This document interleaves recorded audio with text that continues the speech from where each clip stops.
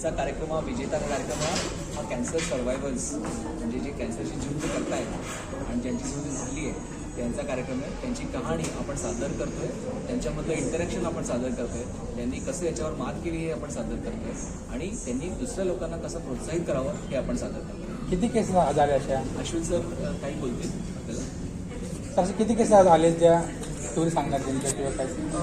आपण बोलवल्यामध्ये मला वाटतं जवळपास 100 जण तरी असतील ओव्हरऑल जर सगळ्या सेंटरकडून जे कॅन्सरमधून मुक्त झालेले, ज्यांनी ट्रीटमेंट घेतली गेली काही वर्षामध्ये किंवा ज्यांचं असं बऱ्यापैकी कंट्रोल्ड आहे कॅन्सरची ट्रीटमेंट ते आज इथं आलेले आहे. असे कोणते कॅन्सर होते जे आले त्या काय थोडं सांगा माहिती? आय थिंक सगळे विशेष प्रकारचे कॅन्सर झालेले आहेत, म्हणजे ब्रेस्ट कॅन्सरपासून ते सार्कोमासपासून ते ओव्हेरियन कॅन्सरचे पेशंट सगळेच सॉलिड ॲज वेल इव्हन ब्लड कॅन्सरचे पेशंट ज्यांचं ट्रान्सप्लांट वगैरे झाले त्यातनं आता ते बरे झालेले आहेत, असेही काही पेशंट्स आहेत. सगळे वयोगटातले पण आले, लहान मुलांपासून तर वयोगटातले सगळे. सर पुणे में आपके कितने ब्रांचेस हैं और आप लोग काम कैसे स्कीम पे काम करते हो? गवर्नमेंट से आपको कितना सपोर्ट है इस कार्य में? पुण्यामध्ये सध्या आमचे 5 ब्रांचेस आहेत.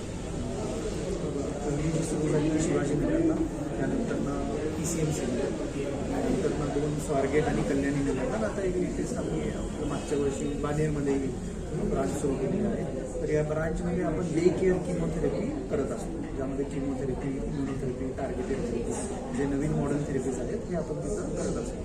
ठीक आहे, हे थेरपीज जे असतात ते पेशंट सकाळी ॲडमिट होतो आणि संध्याकाळी डिस्चार्ज केले जातात. त्यामुळे पेशंटच्या सोयीसारखं असतं. विथ वेगवेगळ्या ठिकाणी असल्यामुळे ते जवळ राहणारा पेशंट त्या सेंटरला जाऊन किमोथेरपी घेतो. एक्झाम्पल जर पिंपरी चिंचवडचा पेशंट असेल अननेसेसरी आपण त्याला स्वारगेटला न बोलवता तिथल्या तिथे जवळ ती किमोथेरपी देत असतो त्या पेशंट्सला.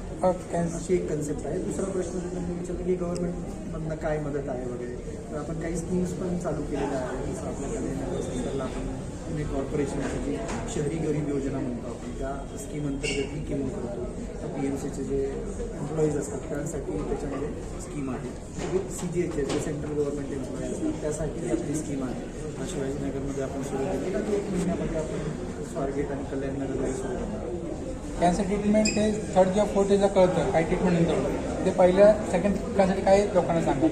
स्क्रीनिंग लवकर निदान होण्यासाठी पेशंटने एकतर लवकरात लवकर ते सिम्पटम्स आपण आमच्याकडे यावं.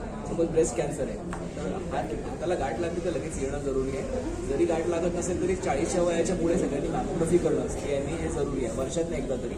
तसंच टॅप्समियर सर्वायकल कॅन्सरसाठी वर्षातनं एकदा 21 या वयानंतर किंवा 25 या वयानंतर करणं जरुरी आहे. स्क्रीनिंग एकमेव मोडॅलिटी की ज्याच्याने आपल्याला लवकर कॅन्सर डिटेक्ट होऊ शकतो किंवा प्री कॅन्सर पण डिटेक्ट होऊ शकतो. कॅन्सरच्या आधीच्या काही स्टेजेस त्या पण त्याच्याने डिटेक्ट होऊ शकतो.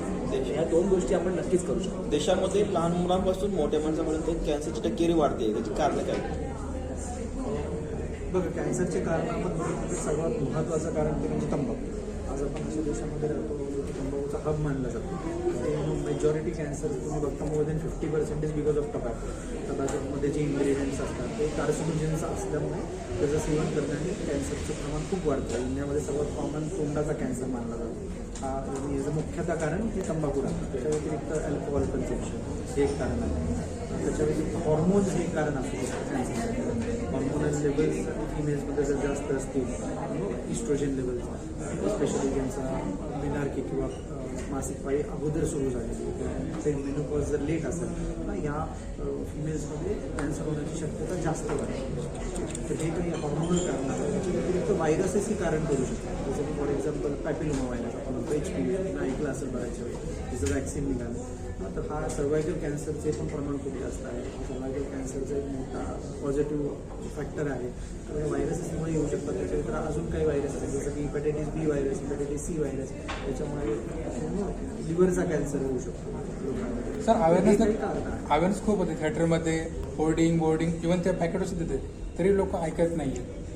त्याबद्दल त्यांना काय सांगा? याच्यात तुमचा रोल जास्ती आहे, मीडियाचा रोल जास्त अधिकाधिक त्याच्यात आर्टिकल्स टाका. नहीं, लोग कैंसर को लेके अवेयर हो, खुद सेल्फ मतलब उनको होना चाहिए. प्रवृत्त करता नाही येणार.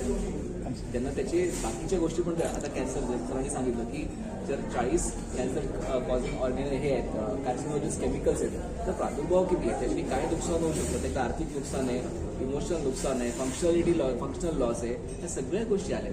प्लस पॅसिव्ह स्मोकिंग, तुमच्या बाजूला कोणीतरी स्मोक करते त्याच्याने पण कॅन्सर होतो, तुम्हालाही होतो. तर तुम्ही जर त्याला सांगितलं की नको माझ्यासमोर स्मोक नको करू तर हे सगळं कमी होऊ शकणार आहे. कुठेतरी सोशल जबाबदारी पण तेवढीच महत्वाची आहे. Thank you sir. Thank you.